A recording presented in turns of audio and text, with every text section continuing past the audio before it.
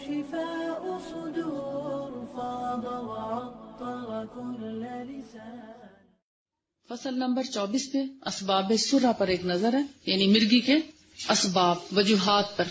یہ آپ خود پڑھیں کیونکہ ان کا بیماری کو سمجھنے کے لیے آپ کے لیے پڑھنا ضروری ہے.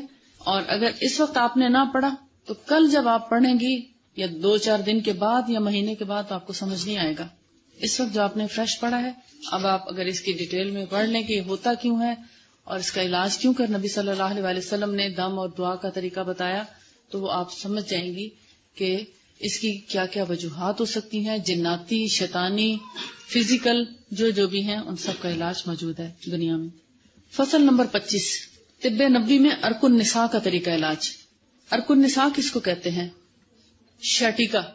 شیٹیکا کا نام سنا آپ نے؟ شیٹیکا کس کو کہتے ہیں؟ کچھ کہتے ہیں لنگڑی کا درد، ہندی میں کہتے ہیں رینگن بائی، اور اردو میں کہتے ہیں لنگڑی کا درد، انگلش میں کہتے ہیں شیٹیکا، اور ارک النساء بھی اردو میں کہا جاتا ہے. اس کا یہ مطلب نہیں ہے کہ عورتوں کی بیماری ہے، نساء کا نام ہے. نس، ایک تو نس ہوتی ہے نا جس کو آپ سواد کے ساتھ پڑھتے ہیں، اور یہ جو ارک النساء ہے بیسیکلی ریڑھ کے اندر سے ہمارے جو مسلز ہیں وہ پورے جسم کی طرف جاتے ہیں. اعصاب، پورے جسم کے اعصاب کہاں سے نکلتے ہیں؟ ہماری اسپائنل کارڈ سے، ریڑھ سے.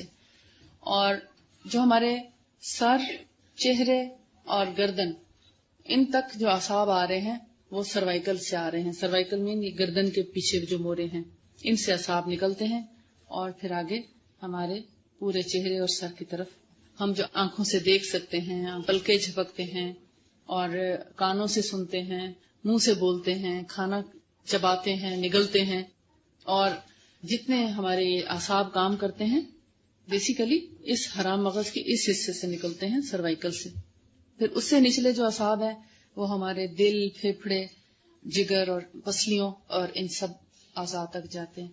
پھر جو بیلٹ ایریا، اس کو کہتے ہیں لمبر سپائن. درمیان میں ڈورسل سپائن ہے اور اس سے نیچے لمبر سپائن ہے. لمبر سپائن وہ ہے جس سے اعصاب نکل کے ہماری یہ ایک تو لور ایبڈومن اور دوسرا لیگز کی طرف جاتے ہیں. اور پھر سب سے نیچے ہوتے ہیں کوکسک سپائن. کوکسک مورے ہوتے ہیں جس پر ہم بیٹھتے ہیں، جس ہڈی پر ہم بیٹھتے ہیں وہ 3 مورے کیا ہیں؟ وہ کوکسک کے ہیں. اب جو لمبر سپائن کے 4 اور ایک کوکسک کا مورا، یہ جو 5 ایسے سمجھیں کہ اللہ تعالیٰ نے ہماری سپائن کو ایک خاص وقفے کے ساتھ ایک خاص انداز میں رکھیں، ٹھیک. اور یہ جو سارے مورے ان سے اعصاب نکل رہے ہیں اور پھر ایک رسی کی صورت میں ایک ٹانگ میں چلے جاتے ہیں اور دوسری طرف کے اعصاب نکل کے رسی کی صورت میں دوسری ٹانگ میں چلے جاتے ہیں. وہ جو موٹی نرو ہے اس کو شیٹیکا بولتے ہیں، شیٹک نرو. اور یہ وہ نرو ہوتی ہے، اگر آپ نے کبھی مرغی ذبح ہوئی بھی دیکھی، اس کا گوشت، تو اس میں ایک موٹی سی رگ ہوتی ہے، اس کے ٹخنے سے موٹی سی رگ نظر آ رہی ہوتی ہے، لیگ پیس سے ہوتا ہے، اس میں ہوتی ہے. یعنی پوری مرغی اگر کٹی ہوئی پڑی ہے نا روسٹ کرنے کے لیے فرض کریں، تو اگر آپ اس کی وہ رگ کھینچے تو اس کی ٹانگ سکڑ جاتی ہے، چھوڑیں تو ٹانگ لمبی ہو جاتی ہے، یعنی کٹی ہوئی مرغی کی. تو اس سے آپ پہچان لیں گے کہ یہ شیٹک نرو ہے، اور وہ خاصی موٹی رگ ہوتی ہے رسی کی طرح، یعنی سب رگوں سے زیادہ موٹی رگ وہ ہے. اب اگر تو ریڑھ کے موہرے ہمارے کسی ایک موہرے میں دباؤ آ گیا، یعنی وہ گیپ جو ہے وہ نیچرل نہیں رہا بلکہ دب گیا، کوئی مورا، کوئی ایک مورا بھی، یعنی ان 5 میں سے اگر ایک مورا بھی دب جائے یا کسی خاص اینگل سے دبے تو کیا ہوگا؟ اس حصے کی نرو میں کمپریشن شروع ہو جائے گا، بلڈ سرکولیشن کم ہو جائے گی، پیچھے سے پریشر آئے گا بلڈ کا مگر آگے نہیں پہنچ پائے گا کیونکہ وہ دب چکا ہے، چپک گیا نا مورا، آپس میں پریس ہو گیا. اس پریس ہونے کی وجہ سے اس جگہ میں خون کی سپلائی کم ہو جاتی ہے اور پھر وہ ٹانگ درد کرنا شروع کر دیتی. کچھ لوگوں کی دونوں ٹانگوں میں درد چلا جاتا ہے اگر پورا مورا دب چکا ہے یا سارے دب گئے ہیں. اگر ایک مورا دبا ہے، پارشلی دبا ہے، اب ڈیپینڈ کرتا ہے ایک دبا ہے یا 2 دبے ہیں، تو سارے دب جائیں تو ظاہر دونوں طرف آئے گا کمپریشن. اگر ایک سائڈ سے دبا ہے تو ایک ٹانگ میں آئے گا، کچھ حصے میں آئے گا. تھوڑا سا دبا ہے تو ہو سکتا ہے درد صرف کمر تک ہی ہو، زیادہ دب گیا تو ہو سکتا ہے گھٹنے تک درد آ جائے بیک سائڈ سے، اور اگر پورا دب گیا تو میں بھی ٹخنے تک درد چلا جائے. یہ درد ایسا ہے کہ آپ جتنی پین کلرز کھا لیں ختم نہیں ہوتا. وقتی طور پہ آپ کو محسوس نہیں ہوتا مگر ختم نہیں ہوتا، کیونکہ جب تک وہ نرو کمپریشن دور نہ ہو ریڑھ کا، اس وقت تک آپ کی تکلیف دور نہیں ہو سکتی. اس کا علاج مختلف طریقوں سے کیا جاتا ہے، فزیوتھراپی سے بھی کیا جاتا ہے، لیکن بعض اوقات کچھ مورے اتنے سخت دبے ہوئے ہوتے ہیں کہ اگر ان کی فزیوتھراپی کرائی جائے تو بعض اوقات اور زیادہ انجری ہو جاتی ہے، اور کئی لوگ ٹانگوں سے بھی جاتے ہیں اس کا بر وقت علاج نہ ہونے کی وجہ سے. اس کو عرق النساء کہا جاتا ہے. اب سارا آپ کو سمجھ آ گیا کہ عرق النساء کی بیماری کیا، اور یہ بیسیکلی جہاں پر آپ یہ بیلٹ ایریا کہہ سکتے ہیں، زاربن جہاں پہ باندھتے ہیں، نیفا جس جگہ پہ آتا ہے عام طور پر، مطلب ہمارا تو اتنی سی جگہ پہ آتا ہے مگر اس کا ایریا اتنا ہے، یعنی بیلٹ جتنا اچھا خاصا 4-5 انچ جتنا اس کا علاقہ ہے.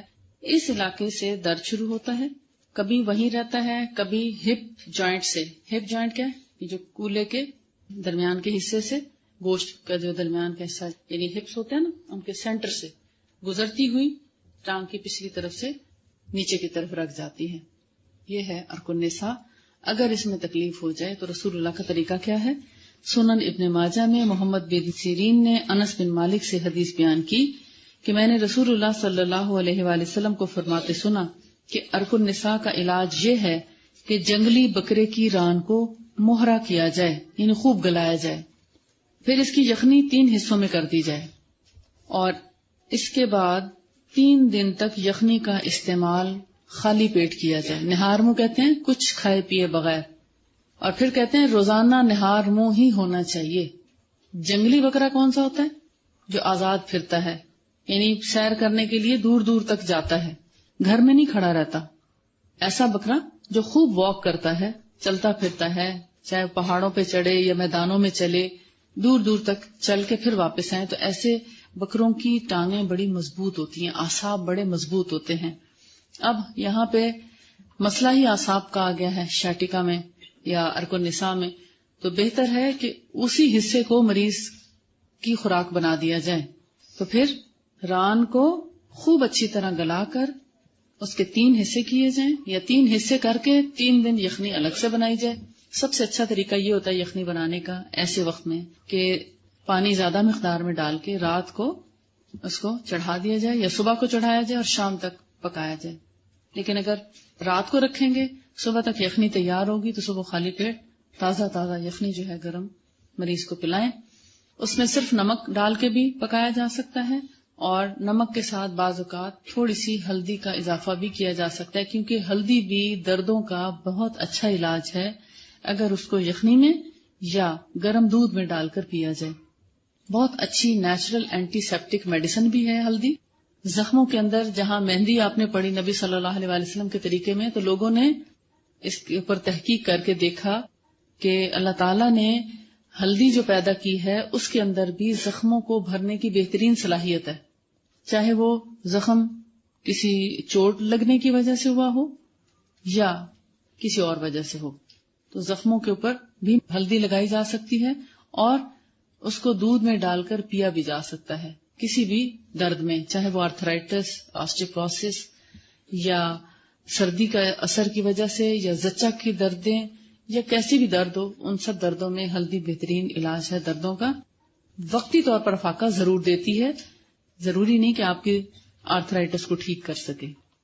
اور آج کل کینسر کی میڈیسنز میں بھی ہلدی بہت کثرت سے یوز ہو رہی ہے. ہلدی اور کالی مرچ، ان 2 کا استعمال بہت کثرت سے کیا جاتا ہے. اور خاص طور پر جو طب میں علاج کیا جاتا ہے کینسر کا، اس میں ایک کیپسول کالی مرچ کا ہوتا ہے اور ایک ہلدی کا. ہم نے کھول کے دیکھا اس کو تو اندازہ ہوا کہ ان کیپسولز میں ہلدی بھری ہوتی ہے یا کالی مرچیں بھری ہوتی ہیں. تو یہ اس کا ایک علاج ہے. اللہ نے اپنی جو پیدا کردہ چیزیں ہیں نیچرل طریقہ علاج میں، یہ بہترین چیز ہے. ہمارے ہاں کھانوں میں بھی استعمال ہوتا ہے، اور اس کو بطور علاج کے آپ خاص طور پر بھی لے سکتے ہیں. اب آپ دیکھتے ہیں اسی چیز سے قیاس کرتے ہوئے پھر حکماء نے یا اتباع نے یہ دلیل لی یا یہ قیاس کیا کہ جسم کا جو حصہ کمزور ہو اس کو بکرے یا گائے میں سے وہی حصہ اگر کھلایا جائے تو اس کو فائدہ پہنچتا ہے. اور اس میں حقیقت بھی ہے کہ اگر آپ کے جسم میں دردیں ہیں تو آپ ہڈیوں میں دردیں ہیں تو سوپ ہڈیوں کا ہی اچھا لگتا ہے، گوشت کا سوپ اتنا اچھا نہیں لگتا. ہڈی کا سوپ اچھا لگتا ہے، اور جس گوشت کے پکنے میں ہڈی کا استعمال ہوگا وہ زیادہ لذیذ کھانا ہوگا. جس کھانے میں سے ہڈی نکال لی جائے اس کی لذت وہ نہیں ہو سکتی کبھی بھی. بون لیس قیمہ کرا کے پکانا اور بون لیس کے کباب بنا بنا کے کھانا ہیلدی سٹائل نہیں ہے، کیونکہ آپ کی ہڈیاں کمزور ہو جائیں گی. ہڈی سے ہی تو آپ کی ہڈیاں مضبوط ہوں گی. اگر آسٹیوپروسس ہے تو ہڈیوں کا رس پلائیں، ہڈیوں کی یخنی پلائیں تو مریض کو افاقہ ہوگا. وائٹامن ڈی ڈیفیشنسی ہے تو اس میں بھی کیلشیم حاصل کرنے کے لیے ایک سورس دودھ کا ہے اور دوسرا ہڈیوں کی یخنی کا ہے، اور تیسرا سب سے بڑا سورس جو ہے وہ سورج کی شعاؤں کا ہے، دھوپ میں بیٹھنا. تو یہاں پر ارک النساء کے علاج کا طریقہ بتایا گیا ہے. اب آپ سب سے پہلا علاج تو ارک النساء کا یہ کریں گے اور اس کے بعد اس کا علاج بھی کریں گے اور پھر دم کا بھی سہارا لیں گے، کیونکہ درد کا دم جب آپ پڑھیں گے تو آپ کو اندازہ ہوگا کہ شیٹک پین کے اوپر بھی اگر آپ ہاتھ رکھ کے درد کا دم کریں، جس میں آپ آگے انشاءاللہ دم پڑھنے والے ہیں، تو فوری طور پر وقتی طور پر افاقہ ضرور ہوتا ہے، لیکن جو بیماری ہے وہ جب تک برقرار ہے، مورا اگر دبا ہوا ہے جب تک وہ کھلے گا نہیں یا اپنی جگہ پہ واپس نہیں آئے گا اس وقت تک آپ کا درد کو مکمل افاقہ نہیں ہو سکتا. لیکن اللہ کی کلام پڑھنے سے وقتی درد جو ہے وہ انسان کا ختم ہو جاتا ہے. خشکی، براس یعنی قبض کا علاج. براس کس کو کہتے ہیں؟ سٹول کو، پخانے کو. آپ نے چڑیا اور پرندوں کے براس کا حکم پڑا ہوگا کہ اگر چڑیا کی بیٹ گر جائے تو کیا کرنا چاہیے. ہاں، پرندوں کی براس کہتے ہیں پخانے کو، شٹ بھی بولتے ہیں. اور اس کو یعنی سٹول جس کو بولا جاتا ہے. خشکی مین کے اتنی ڈرائنس ہو جانا آنتوں میں کہ سٹول آسانی سے پاس آؤٹ نہ ہو سکے. اب وہ خشکی کیوں ہوتی ہے؟ اس کی وجوہات تو مختلف ہیں. کچھ لوگوں کی خاندانی خشکی ہوتی ہے، کچھ لوگوں میں پانی پینے کا رجحان کم ہوتا ہے. آج کل کے موسم میں جیسا آج کل کا ویدر ہے، بارش نہیں ہوئی کافی دنوں سے، سردی بھی ہے اور موسم بھی خشک ہے، اور سردی کی وجہ سے بہت سے لوگ ہیٹر کا بھی استعمال کرتے ہیں. پانی کی مزید کمی ہو جاتی ہے. جسم میں جب رطوبت کی کمی ہوتی ہے تو خشکی پیدا کرتا ہے. اور دوسرا ایسی خوراک جس میں چکنائی بالکل ختم ہو جائے، آئل فری کھانا کھانا شروع کر دیں تو تب بھی آنتوں میں کسی حد تک خشکی ہو جاتی ہے. تیسری وجہ، جب ہم لوگ بالکل واک نہیں کرتے اور بیٹھے رہتے ہیں، یا کام ہی ایسا ہے، آفس ورک ایسا ہے یا روٹین ورک ایسا ہے، آپ کا پڑھنے کا کام ہے، آپ یہاں پر بھی 6 گھنٹے پڑھتے ہیں، 2-3 گھنٹے آپ کو ہوم ورک کرنے اور سبق یاد کرنے میں لگ جاتے ہیں، اور باقی کچھ اور بھی آپ کا اگر ریسرچ ورک کا کام ہے، تو اس کا مطلب ہے کہ آپ کا دن کا زیادہ حصہ بیٹھنے میں گزر رہا ہے. اب حرکت دودیا اس کو بولتے ہیں، یا جو ہماری آنتوں کی حرکات ہیں وہ سست پڑ جاتی ہیں. حرکت کرنے سے، چلنے سے جب جسم گرما جاتا ہے تو آنتیں، ان کے اندر خون اچھی طرح سرکولیٹ، بلڈ سرکولیشن خوب اچھی ہوتی ہے، جس کی وجہ سے یعنی ان کے اندر آکسیجن پہنچ جاتی ہے بلڈ سرکولیشن کی وجہ سے. اب آنتیں اپنا پراپر ورک کرتی ہیں اور گندگی کو جسم سے باہر آسانی سے خارج کر دیتی ہیں. بیٹھے رہنے کی وجہ سے جسم جمود کا شکار ہو جاتا ہے، بلڈ سرکولیشن کم ہو جاتی ہے، ٹانگیں ٹھنڈی رہنا شروع ہو جاتی ہیں، ایون کہ سٹول بھی ہارڈ ہو جاتا ہے، ڈرائنس ہو جاتی ہے آنتوں میں، اور اس کی وجہ سے سٹول آسانی سے پاس آؤٹ نہیں ہوتا. اس کو کہتے ہیں خشکی براز یعنی قبض. قبض کئی قسموں کی ہوتی ہے. قبض اس کو بھی کہتے ہیں کہ سٹول ڈیلی آتا ہے مگر سیٹسفیکٹری سٹول نہیں ہوتا، آپ مطمئن نہیں ہوتے اس سے، بہت تھوڑا کم مقدار میں آتا ہے تو وہ قبض ہے، حالانکہ ڈیلی آپ جا رہے ہیں. قبض وہ بھی ہے کہ آپ ہو سکتا ہے دن میں 2-3 دفعہ بھی جائیں لیکن بہت ہی تھوڑا سٹول پاس ہوتا ہے، درد ہوتا ہے پیٹ میں، دل چاہتا ہے کہ باتھ روم جائیں اور کھل کے حاجت ہو جائے مگر کھل کے حاجت نہیں ہوتی، حالانکہ آپ 2-3 دفعہ جا رہے ہیں باتھ روم، تو وہ بھی قبض ہے. صحیح سٹول کیا ہے؟ آئیڈیل سچویشن کیا ہے کہ آپ روزانہ صبح سویرے باتھ روم جائیں اور سٹول کھل کے پاس کریں کہ پیٹ آپ کا بالکل کلین ہو جائے، آپ کو کوئی حاجت نہ محسوس ہو کہ ہاں اب اندر کچھ باقی رہ گیا ہے، ایسی کوئی فیلنگ نہ ہو. تو یہ ہے نیچرل وے میں پیٹ کی صفائی کا طریقہ، کھل کے حاجت ہونا. لہذا خشک قبض وہ بھی ہے، ایک دن سٹول آتا ہے ایک دن نہیں آتا. لیکن کچھ لوگوں کو نیچرلی، جیسے پیریڈز کی ڈیوریشن کا فرق ہوتا ہے، کچھ لوگوں کو 40 دن کے بعد پیریڈز آتے ہیں، ان کا فیملی کا ایک ٹینڈنسی ہے اتنے دنوں کے بعد آتے ہیں، کچھ کو 28 دن کے بعد، کچھ کو 22 دن کے بعد، کچھ کو 35 دن کے بعد. تو کچھ لوگوں کا اپنا سائیکل بھی فرق ہوتا ہے. تو اسی طرح اسٹول پاس کرنے کا بھی کچھ لوگوں کا سائیکل ڈفرینس ہو سکتا ہے، ایک دن کے بعد بھی حاجت ہو سکتی ہے، مگر بہرحال وہ نیچرل نہیں ہے. نیچرل یہی ہے کہ جتنا آپ نے دن بھر کا کھایا وہ آپ اگلی صبح میں بالکل صاف کریں، پاس آؤٹ ہو جائے اور دوبارہ سے اپنے کھانے پینے کا آغاز شروع کریں. یہ آئیڈیل سچویشن ہے. لیکن اگر اس طرح سے نہیں آتا تو اٹ مینس کہ آپ کو کچھ نہ کچھ اپنے بارے میں سوچنا چاہیے. ابھی آپ جوان ہیں، ابھی سے اپنی اصلاح کر لیں، اور اگر ابھی یہ آپ کی بیماری آپ کے ساتھ ساتھ چلتی رہی، بڑھاپے میں جا کے کبھی ٹھیک نہیں ہوتی. فصل نمبر 26 میں ہے قبض کے علاج میں رسول اللہ صلی اللہ علیہ وسلم کا بتایا ہوا طریقہ. ترمذی نے اور ابن ماجہ نے اسما بنت امیس کی روایت نقل کی ہے کہ رسول اللہ صلی اللہ علیہ وآلہ وسلم نے فرمایا کہ تم کس چیز سے دست لاتی ہو؟ دست مین یعنی جلاب جس کو ہم بولتے ہیں یا موشن. تو انہوں نے کہا شبرم سے. آپ نے فرمایا یہ گرم اور نقصان دہ ہے. پھر اس کے بعد ہم دست لانے کے لیے سنا کا استعمال کرتے ہیں. انہی خاتون نے کہا تو آپ نے فرمایا اگر کوئی چیز موت سے بچا سکتی تو وہ سنا ہوتی. اب اس کو سمجھنے کی ضرورت ہے کہ ایک خاتون شکایت لے کر آئی کہ یا رسول اللہ ہمیں سخت قبض رہتی ہے تو اس کا آپ کچھ علاج بتائیے. آپ نے پہلے اس سے پوچھا کہ تم پہلے کون سا علاج کرتی رہی ہو؟ تو اس نے کہا کہ ہم شبرم سے. شبرم ایک ہرب ہے، ہربل میڈیسن کہہ لیں آپ، یا ایک ہرب ہے. تو آپ نے فرمایا کہ وہ تو بڑا گرم اور نقصان دہ ہے، یعنی اتنے زیادہ موشن آ جاتے ہیں کہ پھر اس کے بعد آنتوں میں مزید خشکی ہو جاتی ہے. جیسے کچھ لوگوں کو اگر کیسٹر آئل پینے کا ایکسپیرینس ہو، کچھ لوگوں نے پیا ہو تو وہ جانتے ہیں کہ ایک دفعہ تو اسٹول کھل کے آ جاتا ہے مگر اس کے بعد مزید قبض ہو جاتی ہے. اور بہت سی ایلوپیتھک میڈیسنز ایسی ہیں جن سے فوری طور پر اسٹول تو لوز ہو کے آ جاتا ہے، موشن بھی آ جاتے ہیں، کئی موشن آ جائیں گے، لیکن پھر ایک ہفتے تک قبض رہے گی. اور پھر جب تک وہ وہی دوا یوز نہیں کریں گے قبض نہیں کھلے گی. اور پھر وہ سال ہا سال ایسی دواؤں پہ رہتے ہیں، نتیجتاً آنتیں اندر سے بالکل ڈرائی ہو جاتی ہیں، محتاج ہو جاتی ہیں. پھر وہ بغیر سہارے کے خود سے اسٹول پاس کر ہی نہیں سکتے اور اینڈ میں انیما کی ضرورت پیش آنے لگتی ہے. تو یہ ایک بالکل ان نیچرل طریقہ کار ہے. رسول اللہ نے جو سنا کا حکم دیا، سنا کہتے ہیں سب سے بہترین سنا مکہ کی ہے جس کو سنا مکی بولتے ہیں. اس کی شکل مہندی جیسی ہے، مہندی سے ملتی جلتی ہے. مہندی کے پتے جیسے ہوتے ہیں اس کے پتے بھی اس سے ملتے جلتے ہیں. کلر میں تھوڑا سا لائٹ ہوتے ہیں، مہندی کے پتے تھوڑے ڈارک ہوتے ہیں، اس کے لائٹ گرین کلر کے پتے ہوتے ہیں اور ان کو سکھا لیا جاتا ہے. اس کے اوپر اس طرح کے سیڈز بھی لگے ہوتے ہیں جیسے ہمارے یہاں کیکر کے اوپر لگتے ہیں. کیکر کے خیر بڑے بڑے ہوتے ہیں لیکن اس کے بہت چھوٹے چھوٹے سے ہوتے ہیں، ہماری ایک انگلی کے برابر. آپ کو پتا ہے کہ قبض مسلسل رہنے سے انسان کو بہت بڑی بڑی بیماریاں شروع ہو جاتی ہیں. ان میں سب سے پہلے بواسیر، بادی بھی ہو سکتی ہے، بواسیر خونی بھی ہو سکتی ہے، بلیڈنگ پائلز یا ڈرائی پائلز.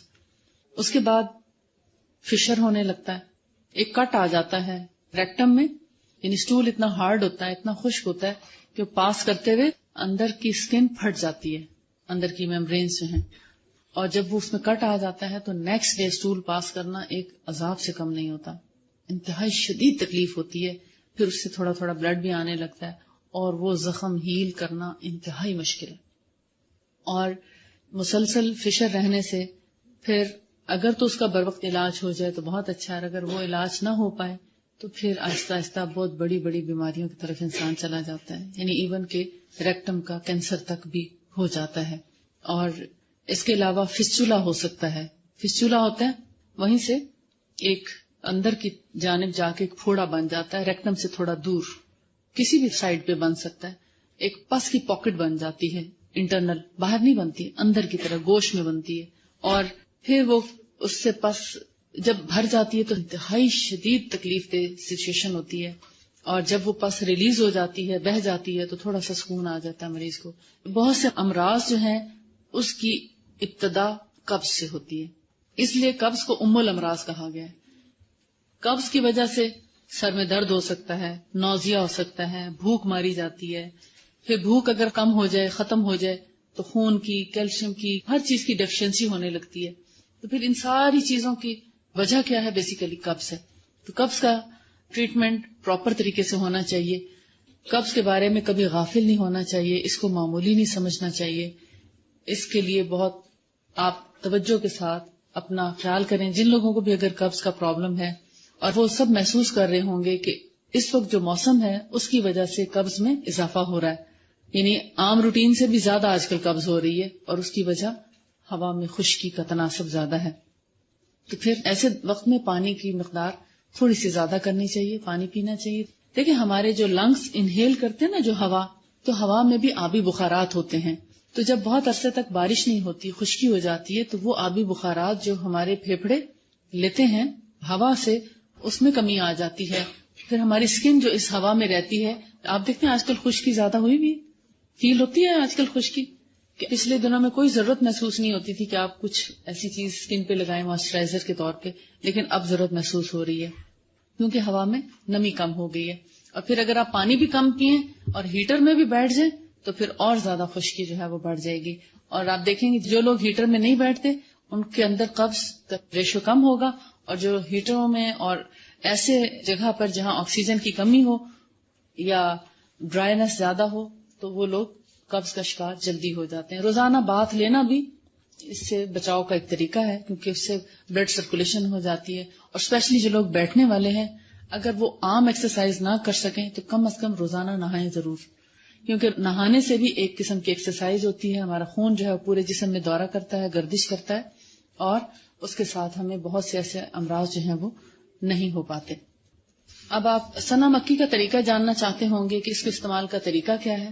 اس کو بہت سے طریقوں سے استعمال کیا جا سکتا ہے، جس میں 2 طریقے بہت آسان ہیں. ایک طریقہ ہے کاوے کے طور پر پینا، یعنی سنا کے چند پتے ڈنڈی سمیت، ڈنڈی کو اتارے نہیں، ڈنڈی سمیت چند پتے، آپ اس کو جیسے 5-7 پتے بھی کہہ سکتے ہیں، ایک پیالی پانی میں اس کو بوائل ذرا سا کر کے اور دم دے دیں، اور پھر اس میں تھوڑا شہد اور تھوڑا سا گھی ڈال کے پئیں. آلیو آئل بھی ہو سکتا ہے، دیسی گھی بھی ہو سکتا ہے، وہ آپ پیالی میں ڈالیں گے، ابلتے وقت نہیں ڈالیں گے شہد اور گھی. کیونکہ آگے چل کے جب یہ رائٹر لکھتے ہیں کہ پوچھا گیا کہ سنا کو استعمال کرنے کا طریقہ کیا ہے، تو اس کا مسنون طریقہ بتایا گیا سنوت. یہ آپ اگلی حدیث میں دیکھیں، سنن ابن ماجہ میں دوسری حدیث ابراہیم بن ابی عبلہ نے عبداللہ بن ام حرام سے روایت کیا ہے کہ عبداللہ بن ام حرام جنہوں نے دونوں قبلوں والی نماز میں شرکت کی کہتے ہیں کہ میں نے آن حضرت صلی اللہ علیہ وآلہ وسلم کو فرماتے سنا کہ بس سنا اور زیرہ استعمال کیا کرو. انہوں نے ترجمہ زیرہ کیا ہے، اگر آپ اوپر اس میں الفاظ دیکھیں تو بس سنا و سنوت کے الفاظ ہیں، اس لیے کہ ان دونوں میں سوائے موت کے ہر بیماری کے لیے شفا ہے. پوچھا گیا کہ یا رسول اللہ صلی اللہ علیہ وسلم سام کیا ہے، تو آپ نے فرمایا موت. حدیث کے الفاظ میں دیکھیں، یقول سمعت رسول اللہ صلی اللہ علیہ وسلم یقول علیکم بالسنا والسنوت، یعنی تم پر سنا اور سنوت لازم ہے، سنا اور سنوت استعمال کیا جانا چاہیے. اب بہت بڑی بحث آئی، کوئی کہتا ہے سنوت زیرہ ہے اس لیے انہوں نے زیرہ اس کا ایک ترجمہ کر دیا ہے، حالانکہ زیرہ ہے نہیں. کوئی کہتا ہے اس کا مطلب شہد ہے، کوئی کہتا ہے اس کا مطلب گھی ہے. ہر ایک نے اس کی اپنی اپنی ٹرانسلیشن کی ہے. لیکن ابن قیم الجوزی کہتے ہیں کہ سب سے زیادہ قریب جو ملی ہے اس کی مثل وہ یہ کہ گھی اور شہد کو جب ملا دیا جاتا ہے تو اس کو سنوت کہا جاتا ہے، اور اس کی مقدار ہم وزن ہی ہوتی ہے گھی اور شہد کی. ایک تو اس کا کعوہ بنا کر پئیں، جیسے دم دے کے پتوں کو، اور پھر اس کو جب پیالی میں ڈالیں تو تھوڑا، جیسے اگر 1 ٹی اسپون ہنی ہے تو 1 ٹی اسپون آپ اس میں دیسی گھی شامل کر لیں یا آلیو آئل شامل کر لیں. یہ ہے قبض کے لیے، آپ رات کے وقت پئیں یا صبح کے وقت، اس سے کوئی فرق نہیں پڑتا. اور دوسرا طریقہ کیا ہے، آپ پتوں کو ڈنڈیوں سمیت گرائنڈ کر لیں، پاؤڈر کر لیں، اور اس کو گھی اور شہد سے معجون بنا لیں. تو اس معجون کو پھر آپ گرم پانی سے لے لیں. تو یہ 2 طریقے ہیں قبض سے نجات کے جو رسول اللہ صلی اللہ علیہ وسلم سے مروی ہیں. فصل نمبر 28 میں جسم کی خارش اور جوں کا علاج نبوی. صحیحین میں بروایت قتادہ یہ حدیث مروی ہے کہ انس بن مالک نے بیان کیا کہ نبی صلی اللہ علیہ وآلہ وسلم نے عبد الرحمن بن عوف اور زبیر بن عوام کو خارش کی وجہ سے ریشمی کپڑے پہننے کی خصوصی اجازت مرحمت فرمائی. جو ریشمی کپڑا ہے اس سے مراد پیور سلک ہے، اور پیور سلک چونکہ مردوں کو حرام ہے، عام طور پر اس کی اجازت نہیں ہے، لیکن ان کو خصوصی اجازت دی گئی حضرت عبد الرحمن بن عوف اور زبیر بن عوام کو، کیونکہ ان کو بہت زیادہ خارش تھی، اور ریشمی کپڑے کی یہ سلکی جو پیور سلک ہے اس کی یہ خاصیت ہے کہ جسم کو بہت ملائم رکھتا ہے، جسم پر خارش نہیں ہونے دیتا، اور اپنے اوپر جوں کو رینگنے بھی نہیں دیتا. جوں کے پاؤں بھی سلپ ہوتے ہیں اس پر، جوں ٹھہر نہیں سکتی. جوئیں ہوتی ہیں تو کیا ہوتا ہے؟ خارش ہوتی ہے، خارش ہوتی ہے تو جوئیں پڑ جاتی ہیں.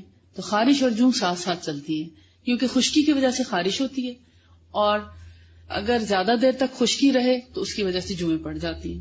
تو دوسری حدیث میں ہے عبد الرحمن بن عوف اور زبیر بن عوام رضی اللہ تعالی عنہما اصحاب رسول نے رسول اللہ صلی اللہ علیہ وسلم سے جوں پڑنے کی شکایت ایک جنگ کے موقع پر فرمائی.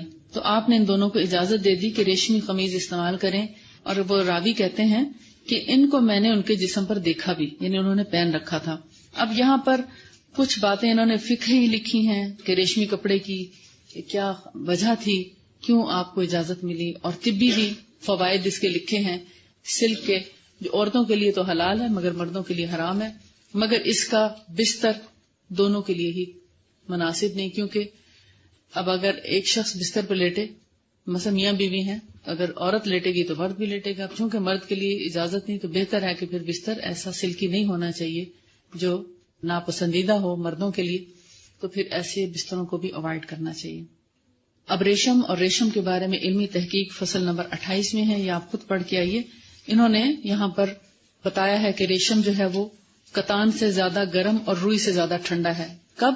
گرمیوں میں یہ ٹھنڈا لگتا ہے اور سردیوں میں گرم، اپوزٹ کرتا ہے. جیسے سوتی کپڑا ہوتا ہے تو گرمیوں میں یہ ٹھنڈا لگتا ہے اور سردیوں میں گرم لگتا ہے. اب زیادہ موٹا بھی پہن لیتے ہیں سوتی کپڑا تو اچھا لگتا ہے جسم. سوتی کپڑا ایسا ٹراپیکل ڈریس ہے جو آپ سردی گرمی دونوں میں پہن سکتے ہیں، آپ کو کوئی نقصان نہیں پہنچاتا. اسی طرح سلک بھی، دونوں نیچرل چیزیں ہیں نا. روئی سے، کپاس سے آپ کاٹن، اور کاٹن سے آپ کے لون وغیرہ اور کاٹن کے کپڑے بنتے ہیں، اور اسی طرح سلک سے بھی باریک سلک یا موٹا سلک جو تیار کیا جاتا ہے. جو پیور ریشم ہوتا ہے وہ آپ کی ایک انگوٹھی میں سے پوری شرٹ یا پورا دوپٹہ آرام سے گزر جاتا ہے، وہ اتنا باریک ہوتا ہے. تو ریشم کے کپڑے کی اجازت رسول اللہ صلی اللہ علیہ وسلم نے مردوں کو بھی مجبوری کے تحت دی ہے. اور یہاں پر کچھ سوال ہیں. انہوں نے پوچھا ہے کہ ہائیوسائمس ون اس دن میں نے ایک میڈیسن بتائی تھی بہت زیادہ ہائپر لوگوں کے لیے، یا جو لوگ مذہب کی طرف جن کا رجحان نہیں، اسلام سے بہت دور ہیں، نماز پڑھنے کی طرف نہیں آتے، گالی گلوچ کرتے ہیں، اور جیسے بچے ہیں کپڑے اتار اتار کے پھینک دیتے ہیں، کپڑے نہیں پہننا چاہتے، نیکڈ ہو جاتے ہیں، یا مطلب اس قسم کے لوگوں کے لیے ہائیوسائمس ایک اچھی دوا ہے. تو کہتے ہیں اس کا طریقہ استعمال بتا دیں. اگر جوان لوگ ہیں تو ان کو 1 کی بجائے CM کی اگر ایک ڈوز دے دی جائے تو وہ کافی عرصے کے لیے، مہینے تک کے لیے بہت کارآمد رہتی ہے. لیکن اگر تھوڑی چھوٹی عمر کے بچے ہیں جیسے 5, 7, 10, 12 سال کے، تو ان کو 1 کی ایک خوراک ہفتہ یا 10 دن کے بعد ایک دینی چاہیے، اور 2 ہی قطرے پلاتے ہیں اگر قطرے ہوں تو. پھر انہوں نے کہا ہے کہ کیا اس دوائی میں الکوہل بھی ہے، کیونکہ اس کے اوپر لکھا ہوا ہے الکوہل 90%.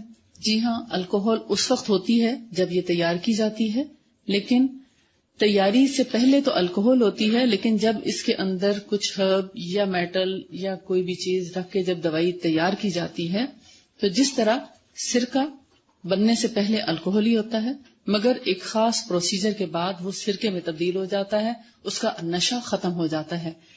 ایز اٹ از جب ہومیوپیتھک میڈیسن کسی بھی ہرب یا میٹل کے ساتھ اس کو ایک خاص وقت تک کے لیے پریزرو کر کے رکھا جاتا ہے، تو جس طرح الکوہل سے سرکہ تیار ہو جاتا ہے اسی طرح الکوہل سے ہومیوپیتھک میڈیسن تیار ہو جاتی ہے. الکوہل کے اندر نشہ پیدا کرنے کی صلاحیت ہے، مگر سرکے کے اندر نشے کی صلاحیت نہیں ہے، وہ نشہ پیدا نہیں کرتا. اسی طرح ہومیوپیتھک میڈیسن بھی نشہ پیدا نہیں کرتی، چاہے آپ ایک مریض کو پوری بوتل ہی پلا دیں تو اس کو نشہ نہیں ہوگا. اصل چیز کیا حرام ہے؟ نشہ. اس کا یہ مطلب نہیں کہ اب اگر تیاری میں الکوہل تھا اور کیمیکل چینجز کے بعد وہ ایک دوائی بن گئی ہے تو اب اس کو یہی بلیم لگا کے رکھا جائے کہ چونکہ تیاری کے وقت الکوہل تھا اس لیے ہم نہیں پیئیں گے، پھر سرکہ بھی استعمال نہ کریں، کیونکہ سرکے کی تیاری میں سرکہ پہلے الکوہل ہی ہوتا ہے اور پھر وہ کیمیکل پروسیسنگ کے بعد ایک زیادہ لمٹ تک رکھنے کی وجہ سے سرکہ اپنی حیت تبدیل کر لیتا ہے، کیمسٹری چینج کر لیتا ہے، تو سرکہ ہو جاتا ہے، وہ مفید چیز بن گیا ہے. اسی طرح جیسے ہومیوپیتھک میڈیسن ایک مفید چیز بن جاتی ہے.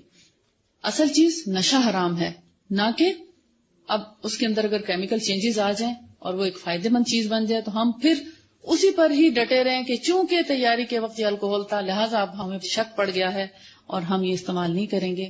اگر ہومیوپیتھک میڈیسن میں اثر نہ ہوتا تو پھر ہم کہہ سکتے تھے کہ چونکہ الکوہل سے تیار کی گئی ہے اس لیے اثر نہیں ہے. رسول اللہ صلی اللہ علیہ وسلم نے فرمایا تھا شراب میں کبھی شفا نہیں ہو سکتی، فرمایا تھا نا، اور اللہ کرے کہ نہ ہو شفا، یہ بھی بددعا بھی کی.